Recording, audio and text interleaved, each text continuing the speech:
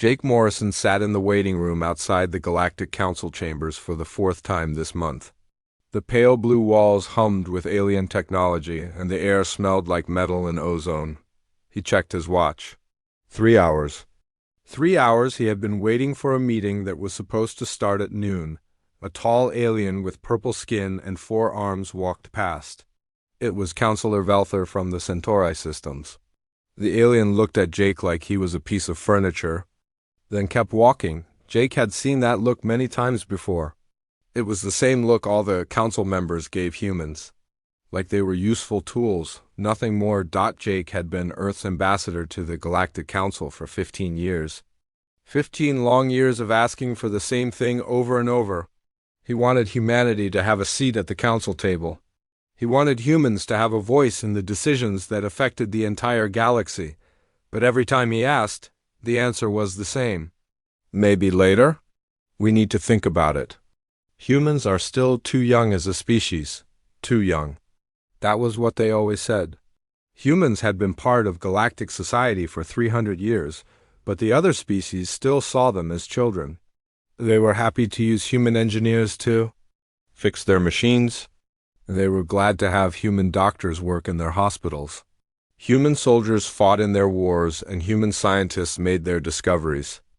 But when it came time to make the big decisions, humans were told to wait outside. The door to the council chambers finally opened. A short alien with green skin and large eyes motioned for Jake to enter. This was Secretary Pixtall, who always acted like talking to humans was beneath him. Ambassador Morrison, Pixtall said in a bored voice. The council will see you now. You have 10 minutes. 10 minutes. Jake had requested an hour to present his case. He walked into the massive chamber where 12 different alien species sat around a curved table. The room was designed to make visitors feel small. It worked. Counselors, Jake began, standing in the center of the room. I come before you today to renew humanity's request for representation on this council. We have served the galactic community faithfully for 3 centuries. Our engineers maintain your space stations. Our doctors save lives across 17 star systems. Our teachers educate your children. Surely this service has earned us the right to participate in the decisions that shape our shared future. Senior Counselor Zektar, an Altarian with silver skin and cold eyes, leaned forward. Ambassador Morrison, we appreciate humanity's S ... contributions, but leadership requires wisdom that comes with age. The Altarian civilization is 40,000 years old. The Zarian people have existed for 30,000 years. Humans have barely left their home planet. You must understand that galactic governance is complex. Jake had heard this speech before, word for word. With respect, Counselor, humanity may be young, but we have proven ourselves capable. The Kepler station incident last month is a perfect example. Yes, Zektar said with a thin smile. We were hoping you would not bring that up. Jake felt his jaw tighten. The Kepler station incident was exactly why he was here today. It was exactly why humanity deserved a voice in council decisions. And it was exactly why the council's response made him so angry. 3 weeks ago, Kepler mining station had suffered a catastrophic failure. The life support systems went down without warning. 8,000 workers from 17 different species were trapped in a station that was slowly running out of air. The council had called an emergency session to decide what to do. For 6 hours they talked. They argued about whose responsibility it was to mount a rescue. They debated whether the station was in Altarian space or Zarian territory. They discussed the legal implications of entering sovereign space without permission. They formed committees to study the problem. While they talked, Captain Lisa Parker was already moving. She commanded a human cargo ship called the Endeavor. That happened to be 3 hours away from Kepler Station. The moment she received the distress signal, she changed course. She did not wait for permission from the council. She did not worry about legal jurisdiction. She saw people who needed help, and she helped them. Lisa and her crew worked for 47 hours straight. They rigged emergency life support systems. They evacuated the wounded. They repaired critical systems with spare parts and creative engineering. When the official council rescue fleet finally arrived 2 days later, they found Lisa's team distributing hot meals to the survivors. Every single person on Kepler Station survived. All 8,000 of them. Not because of council planning or alien technology, but because a human captain decided that saving lives was more important than following rules. The council's response was swift and decisive. They fined humanity 50,000 credits for unauthorized intervention in sovereign space. They wrote a formal reprimand for failure to follow proper emergency protocols. They scheduled a hearing to discuss preventing future incidents of this nature. Not one council member said thank you. The Kepler incident, Councillor Zektar continued, demonstrates exactly why humans are not ready for council membership. Captain Parker acted without authorization. She violated territorial agreements. She showed a complete disregard for proper procedures. She saved 8,000 lives, Jake said quietly. That is not the point, Zektar replied. Council members must be able to think beyond immediate emotional responses. They must consider the larger implications of their actions. Humans are too impulsive. Jake looked around the table at the 12 council members. These were the leaders of galactic civilization, the wisest beings from the most advanced species in known space. And not one of them seemed to understand that saving lives was more important than paperwork. I see, Jake said. So humanity's application for council membership is denied again? Postponed, said Councillor Velther. Perhaps in another century or two, when your species has matured, we can revisit this discussion. Jake nodded slowly. I understand. Thank you for your time. He turned and walked out of the chamber. Secretary Pixtol followed him to the door. Ambassador Morrison, the little alien said with what might have been sympathy.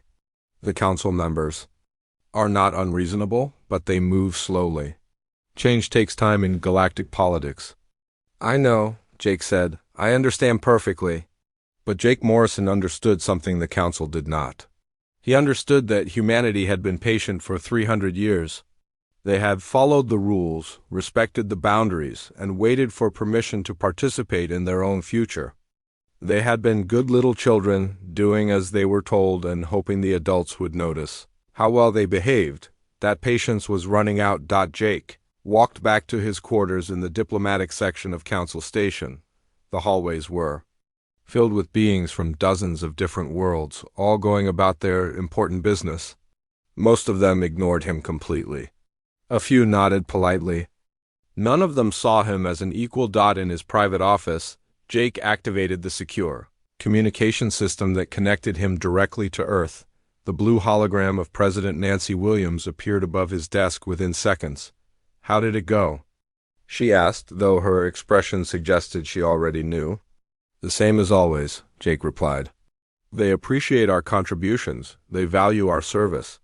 They think we need another century or two to mature before we can join the adults at the big table. President Williams was quiet for a moment. She was a small woman with gray hair and sharp eyes, and she had been dealing with the council's condescension for as long as Jake had. The Kepler Station fine arrived this morning, she said. 50,000 credits for saving 8,000 lives. The invoice included a note about proper emergency protocols. Jake felt something cold settle in his stomach. Ma'am, I think it's time. Time for what, Ambassador? Time for Protocol 7. Protocol 7 was not written down anywhere. It existed only in the minds of a few dozen humans scattered across the galaxy. It was a plan that had been discussed in whispers, developed in secret meetings, and prepared for a day that everyone hoped would never come. But that day had arrived. President Williams studied his face through the hologram. Are you certain? Jake, once we begin, there's no going back. They will never see us as equals, Jake said. 300 years of faithful service, and they still treat us like children. The Kepler incident proved that they care more about their rules than about lives. If we want respect, we're going to have to earn it a different way. The president nodded slowly. I'll send the message tonight. How long do you need to get our people out? 6 months, Jake said. Maybe less if we move quickly. And you're sure this will work? Jake smiled for the first time in weeks. Ma'am, they have no idea how much they depend on us. We build half their technology, we maintain their stations, we fix their problems. They think of us as useful servants, but they've never asked themselves what happens when the servants leave. They're about to find out, President Williams said. Yes, ma'am, they are. The conversation ended and Jake sat alone in his office. Tomorrow, he would go back to the council chambers and continue playing the role of the patient, respectful ambassador. But tonight, he would send a different kind of message to every human in council space. The message would be simple and clear. Pack light, say nothing, and wait for extraction. The message arrived on a Tuesday morning, hidden inside a routine supply manifest for the Orion Defense Platform. To most people, it looked like a simple equipment list. But to Commander Ben Torres, the numbers told a different story. The quantities were wrong, but they were wrong in a specific pattern. A pattern that meant only one thing: Protocol 7 had begun. Ben read the coded message 3 times to make sure he understood. Then he deleted it from the system and went about his normal duties. He had to act like nothing had changed, even though everything had changed. In 6 months, maybe less, he would be leaving this place forever. The Orion Defense Platform was one of the most important military installations in Council space. It protected the shipping lanes between the Altarian home system and the outer colonies. Ben had been its chief engineer for 8 years. He knew every circuit, every backup system, every hidden flaw in the alien design structure. The Council trusted him to keep their most vital defense platform running smoothly. They had no idea that Ben had been quietly documenting every weakness he found. 3 days after receiving the message, Ben submitted a formal request for extended shore leave. Family emergency, he wrote in the application. My father is ill and needs care. It was not entirely a lie. His father was getting old, and Ben wanted to spend time with him before everything changed. His request was approved without question. The council members saw humans as dependable workers who rarely caused trouble. If Ben Torres needed time off for family reasons, then of course he should have it. They would find someone else to cover his duties temporarily. What they did not realize was that Ben's temporary replacement would be struggling with systems that Ben had never properly documented. The backup power coupling that Ben had jerry-rigged. Last year, the new engineer would have no idea how it worked. The life support optimization program that Ben had written himself? Good luck figuring out the code. Ben was not alone in his quiet preparations. All across council space, humans were receiving similar messages. The codes varied, but the meaning was always the same. It was time to go home. On Titan Research Station, Dr. Amy Richardson was having the worst week of her career. Not because of her work, her quantum tunnel stabilization project was going better than expected. No, her problems came from Council Inspector Vexhai, who had arrived 3 days ago for what he called a routine efficiency evaluation. Vexhai was a Zarian, one of the species that prided themselves on deep thinking and careful consideration.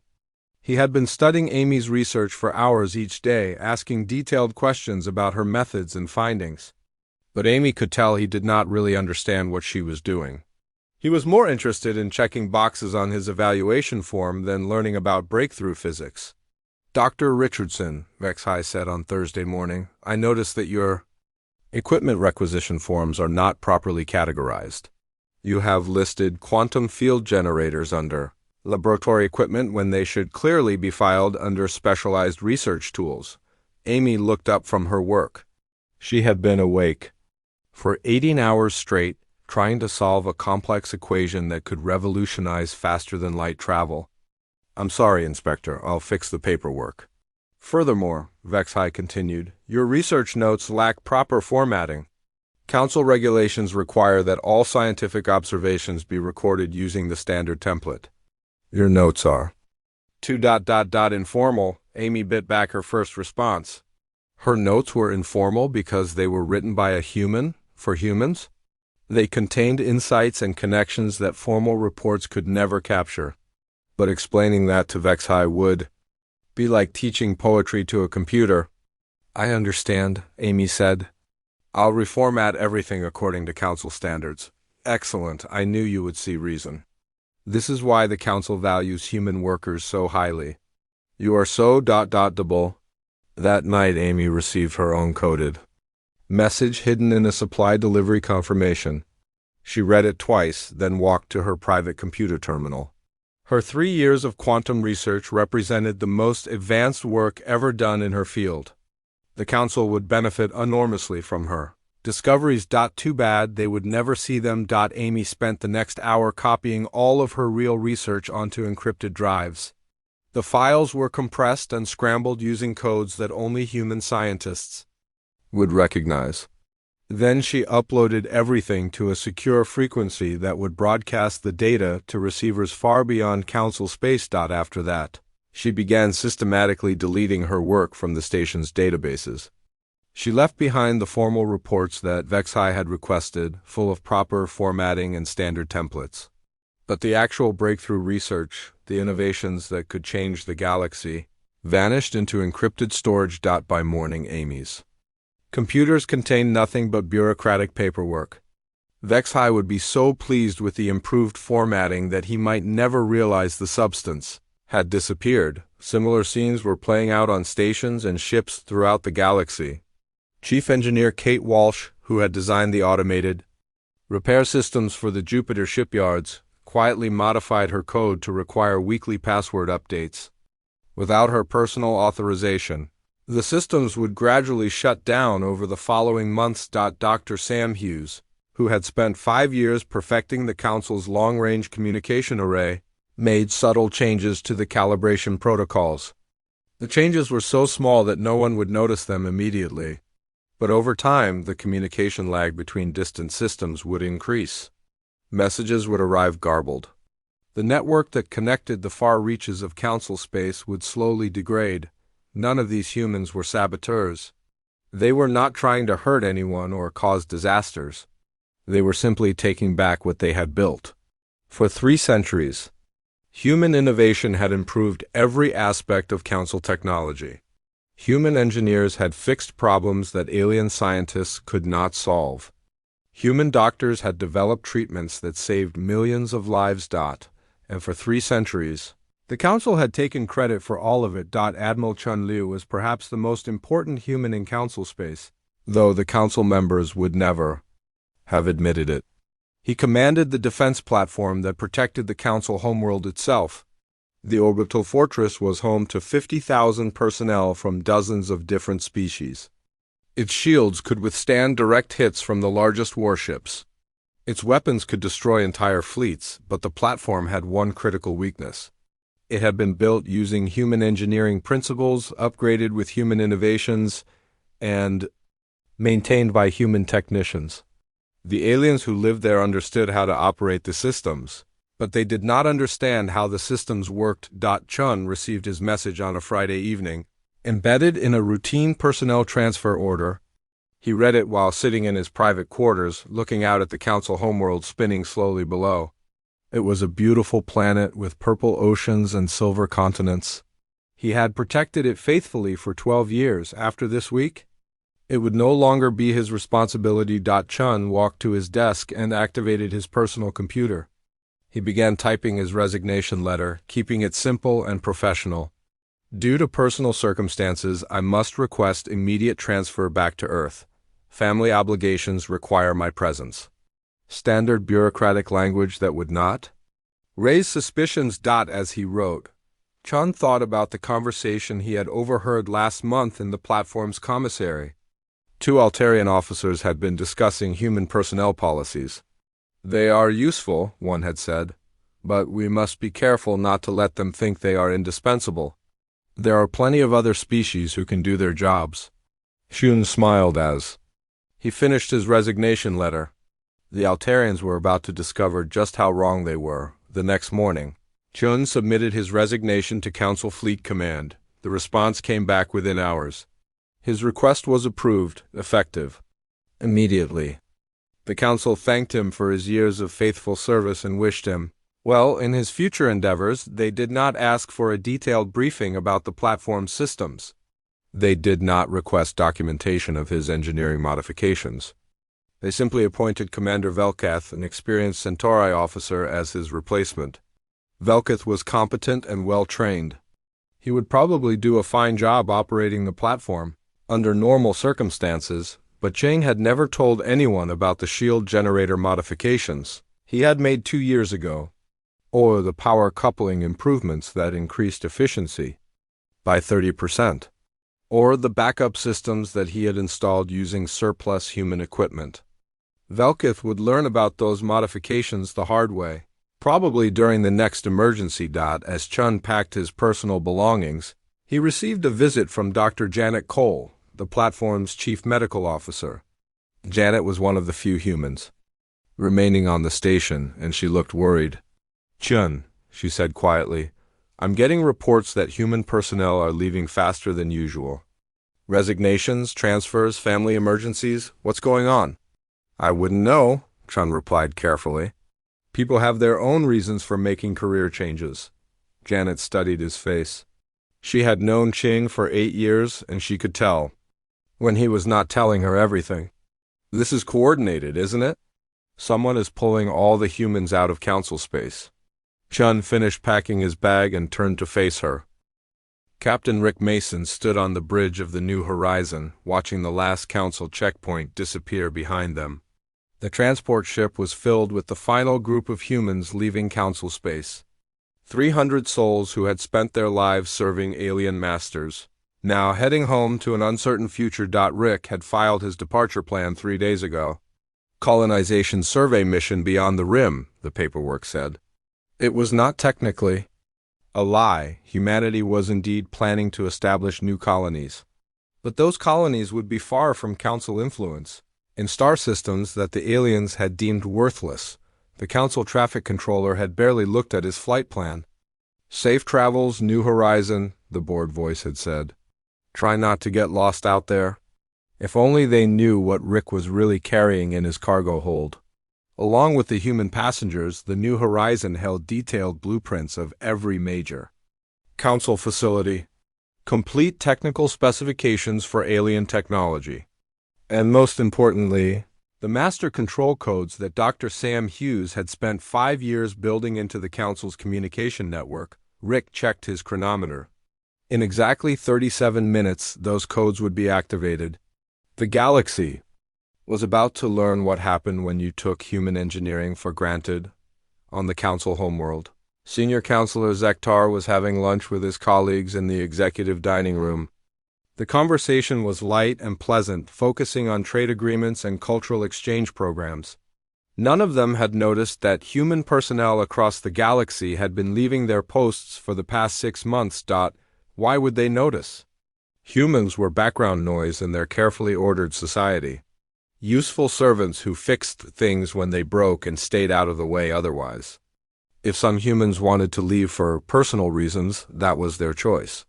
There were always other species eager to take their places. Zektar was explaining his latest economic proposal when the lights flickered. The dining room's illumination dimmed for just a moment, then returned to normal. The counselors barely paused in their conversation. "As I was saying," Zektar continued, "the trade tariffs need adjustment to account for." The lights went out completely. Emergency lighting kicked in a few seconds later, bathing the room in an eerie red glow. Zektar looked around in confusion. Power failures were almost unknown on the council homeworld. The planet had 3 separate energy grids and backup systems that could run for months. "What was that?" asked Counselor Velther. Before anyone could answer, Secretary Pixtall burst into the dining room. The little alien's green skin had turned pale with stress. "Counselors, we have a situation. Multiple system failures across the sector. The Kepler mining consortium has gone dark. The Jupiter shipyards have stopped responding. And our defense platforms are reporting power coupling failures." Zektar stood up so quickly that his chair fell over. "Defense platforms? Which ones?" "All of them, sir. Every platform from here to the Centauri border. They're running on emergency power only." The dining room fell silent. The council members looked at each other with growing alarm. Defense platforms were the backbone of their military strength. Without them, entire star systems would be vulnerable to attack. How is this possible? Zektar demanded. These systems have multiple redundancies. They cannot all fail at once. Pixtel checked his datapad with shaking hands. Sir, the failures appear to be related to maintenance protocols. The automated systems are detecting unauthorized access attempts and shutting down as a security measure. Unauthorized access? By whom? We don't know, sir.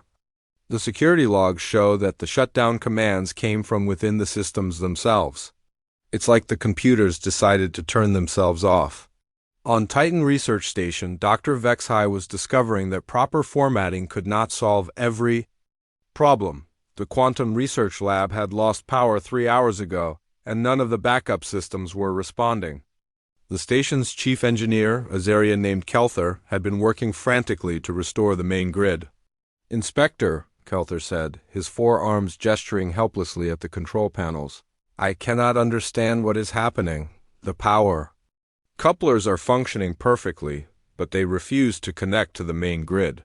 The computer says there is a maintenance protocol violation, but I cannot find any record of what that means. Vexhai stared at the dark screens that had once displayed Dr. Amy Richardson's research. Amy had left the station 2 weeks ago, citing family obligations. Before she left, she had reformatted all her work according to proper council standards. Everything was beautifully organized and completely useless. Where are the backup power systems? Vexhai asked. That is the strange part, Kelther replied. According to the schematics, there should be 3 backup generators in the lower section. But when we went to check them, we found empty rooms. The generators are simply not there. What do you mean, not there? Gone, sir. Removed. There are connection points where the generators should be attached, but no generators. It is as if someone took them away and never bothered to update the station blueprints.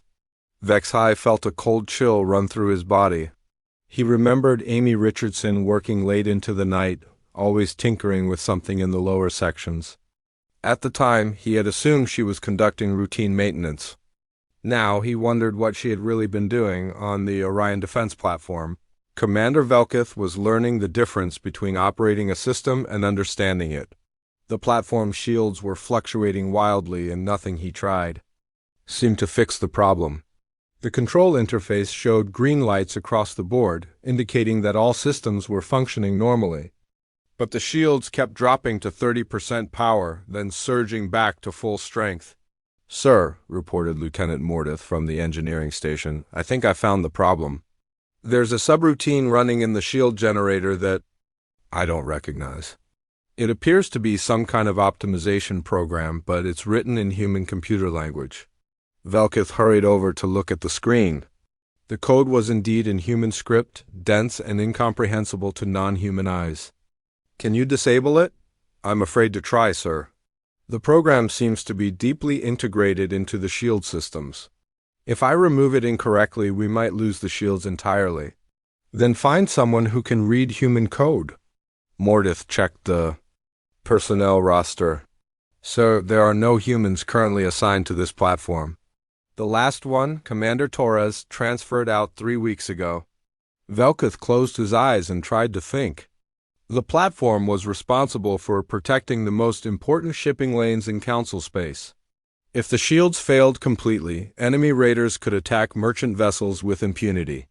But if he tried to fix the program and made a mistake, the results could be even worse.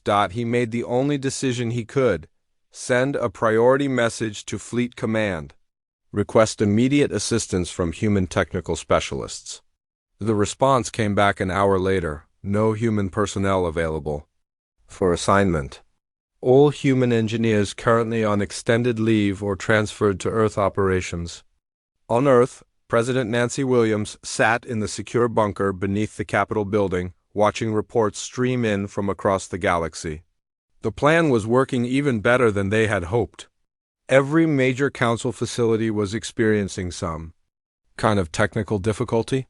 Power failures, communication breakdowns, shield malfunctions, and life support problems were being reported from hundreds of different locations. The beautiful part was that none of it looked intentional. Every failure appeared to be a normal technical malfunction. The council engineers would spend months trying to figure out what had gone wrong, never realizing that the problems were by design. "Ma'am," said General Ryan Murphy, the chairman of the Joint Chiefs, "we're receiving reports that council fleet movements have been severely limited. Their ships can't coordinate properly without the communication network. And most of their defense platforms are running on emergency power. Any casualties?" Williams asked. "None reported, ma'am. The life support systems are all functioning. Normally, food distribution is continuing. Medical facilities are operating on backup power but remain functional.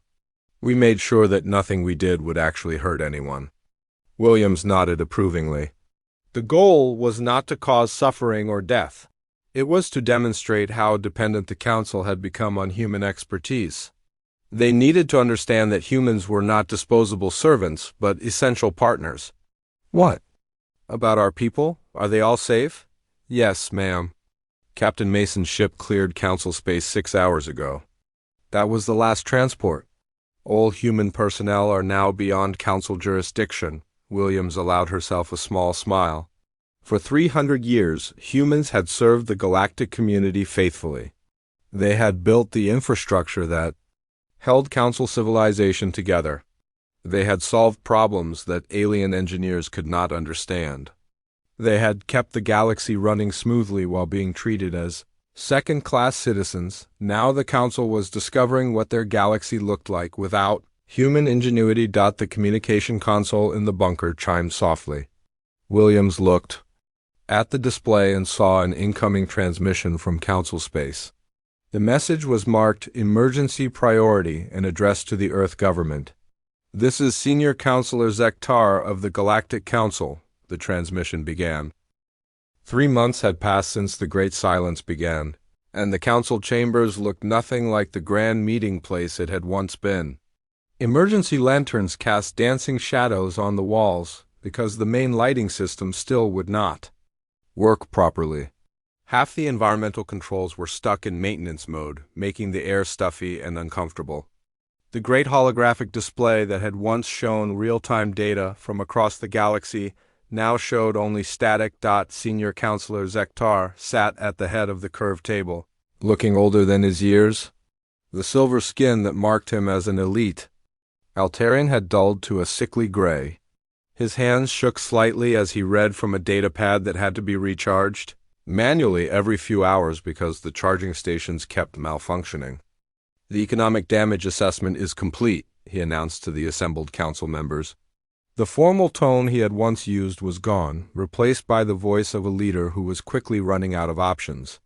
"The total cost has exceeded 12 trillion credits and continues to rise." Counselor Velther from the Centauri Collective laughed bitterly. 12 trillion credits is meaningless when we cannot access our banking systems. Half the financial networks are down, and the other half are so slow that simple transactions take hours to process. "What about our attempts to repair the systems ourselves?" asked Counselor Morketh of the Vegan Republic. Her blue skin had taken on a pale tint that showed her stress clearly. As a member of a highly technical species, she had volunteered to lead the repair efforts. The results had been disappointing. "We have made some progress," Zektar said carefully. "The teams have managed to restore basic power to 17 facilities, but each repair seems to cause new problems elsewhere. It is as if the humans designed everything to work together, and removing any piece causes the whole system to become unstable." The truth was much worse than Zektar was willing to admit publicly. Their repair teams had been working around the clock for 3 months, but they had barely scratched the surface of the problems. Every system they fixed revealed 10 more that needed attention. The human engineers had not just built isolated machines. They had created an interconnected web of technology that spanned the entire galaxy, and pulling out the humans had caused the whole web to collapse. "What about the communication network?" asked Secretary Pixtel. The little green alien looked exhausted. He had been coordinating relief efforts between star systems, but the job was almost impossible when messages took hours or days to arrive. "Still failing," Velther replied. We can send basic text messages between nearby systems, but anything complex gets corrupted in transmission. Long-range communications are completely unreliable. Yesterday, I tried to send a supply request to the Zarian system. The message that arrived asked for 50,000 tons of purple fish instead of fusion cores. Several council members would have laughed if the situation had not been so desperate.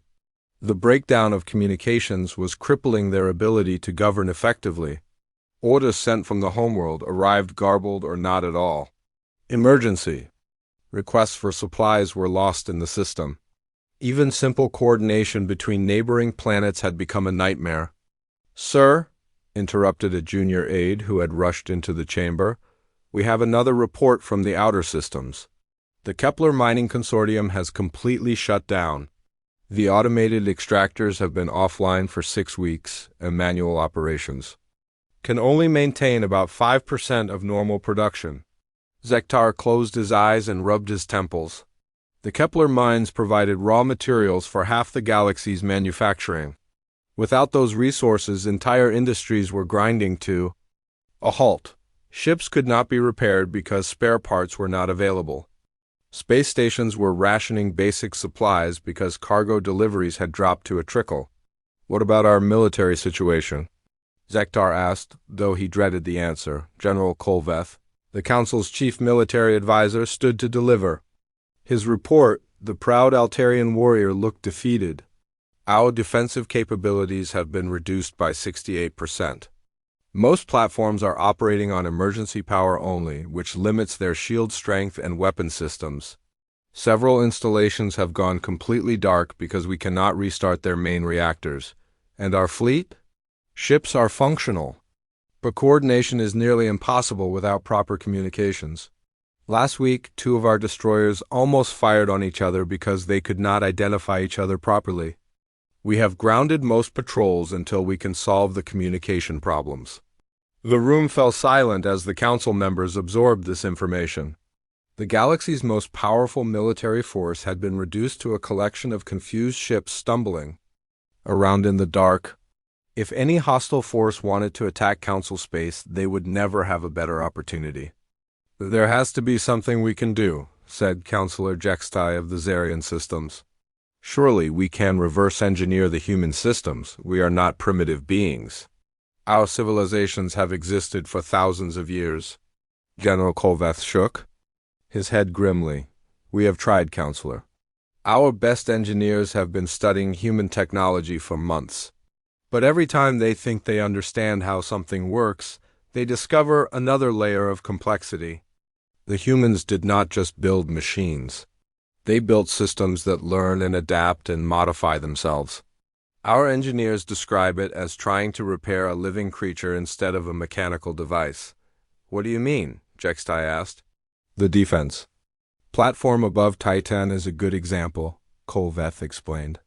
"On paper, it should be a simple matter to restart the shield generators. But when our teams tried to do so, the generators refused to activate.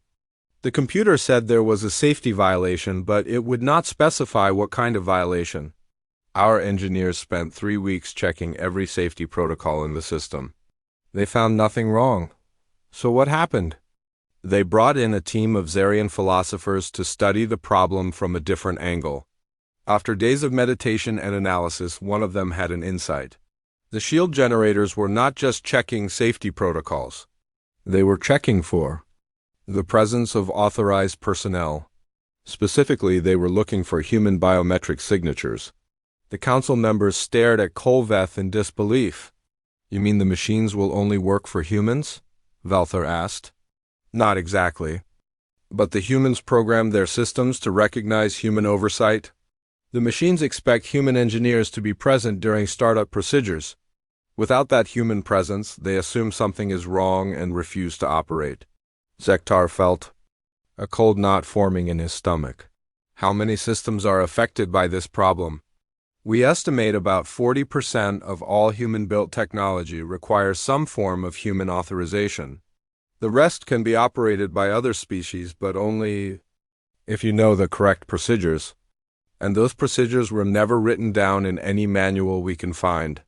Where were they written down?" In the heads of the human engineers who built them, Kolveth said simply.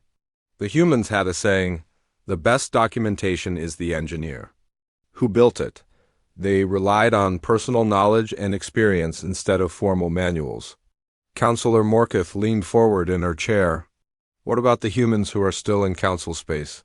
Surely some of them remained behind.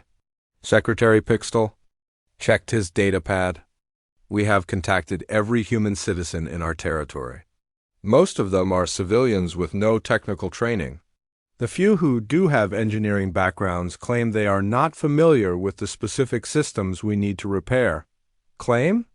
They might be telling the truth, Pixtel admitted. Human engineers tend to specialize in narrow fields. A doctor who can repair medical equipment might know nothing about starship engines. And none of the humans we have spoken to were involved in building the major infrastructure systems. So where are the humans who did build those systems? Gone, Pixtel said quietly, all of them. Every single human engineer, technician, and scientist who worked on council projects has left our territory. They cited personal reasons, family emergencies, or career opportunities elsewhere. But the pattern is clear. It was coordinated. The council chamber fell silent again as the implications sank in. This had not been a natural exodus or a series of coincidences. The humans had planned this. They had deliberately removed their expertise from council space, leaving behind systems that only they could maintain. It was Ambassador Morrison, Zektar said suddenly. This is his revenge for our refusal to grant Humanity Council membership. No, sir, Pixtel corrected gently. Our intelligence report suggests that this plan was developed over many years, long before Morrison's final request. The humans have been preparing for this possibility since they first joined Galactic Society. Preparing for what possibility? The possibility that they would never be accepted as equals. The possibility that they would always be seen as servants instead of partners. Zektar stared at the dim emergency lighting and tried to process what he was hearing. The humans had spent 3 centuries building the infrastructure that held Council civilization together. And during all that time, they had been planning for the day when they might need to leave. They had designed their systems to be dependent on human oversight, ensuring that their departure would cripple the very society that had rejected them. How could we have been so blind? He whispered. The sensor operator on Council Station Alpha had been staring at the same display for 10 minutes. Convinced that his equipment was malfunctioning. The readings showed a massive fleet approaching from the outer rim, but that was impossible. Number 1 had that many ships, no one except. Sir, the operator called to his supervisor, his voice shaking slightly. You need to see this. Commander Yelkoth hurried over to the sensor station, expecting to see another ghost signal caused by their failing communication array. Instead, he found himself looking at 300 distinct contacts moving in perfect formation toward the Council homeworld. The ships were unlike anything in the Council database. Their design was sleek and efficient, with lines that suggested both speed and power. How long until they reached the inner system? Yelkoth asked. 18 hours at current speed, sir. But sir, there's something else. The lead ship is enormous. It's bigger than anything we have in our fleet. Yelkoth studied the sensor reading for the flagship. The ship was indeed massive, easily twice the size of the Council's largest dreadnought. But more concerning than its size was its obvious purpose. This was not a cargo vessel or research ship. This was a warship, and it was leading a fleet that could devastate the entire Council homeworld. Send an emergency message to the Council chambers, Yelkoth ordered. Tell them we have incoming ships, unknown configuration, unknown intentions. Sir, should we activate the defense platforms? Yelkoth almost laughed. The defense platforms had been running on emergency power for 6 months. Their shields were operating at 30% capacity, and half their weapon systems were offline. Even if they could bring the platforms to full readiness, 300 ships would overwhelm them easily. Do what you can, he said, but I don't think our weapons are going to matter.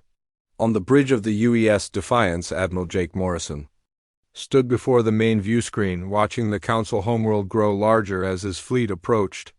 2 years ago, he had been Ambassador Morrison, politely requesting a seat at the Council table.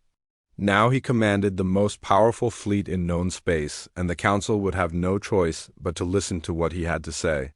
"Admiral," reported Captain Susan Clark from the communications station, "we're receiving multiple hails from Council ships and stations. They want to know our intentions? Any of them making threats?" Morrison asked. "No, sir. Most of the messages are asking for identification and requesting permission to escort us to a parking orbit." "They're being very polite," Morrison smiled grimly. The Council was being polite because they had no other choice. Their defense platforms were crippled, their fleet was scattered across the galaxy trying to maintain order, and their communication systems could barely handle local traffic. They were in no position to make demands. "Open a channel on all frequencies," Morrison ordered. "Broadcast to every inhabited world in Council space." The communication system hummed to life. Morrison had waited 2 years for this moment. 2 years of building ships, training crews, and preparing for the day when humanity would return to claim their rightful place in galactic affairs. "This is Admiral Jake Morrison of the United Earthstellar Navy," he began, his voice carrying across space to billions of listening beings. "We have returned to discuss new terms of engagement with the Galactic Council." In the Council chambers, Senior Counselor Zektar listened to Morrison's words with a mixture of fear and relief.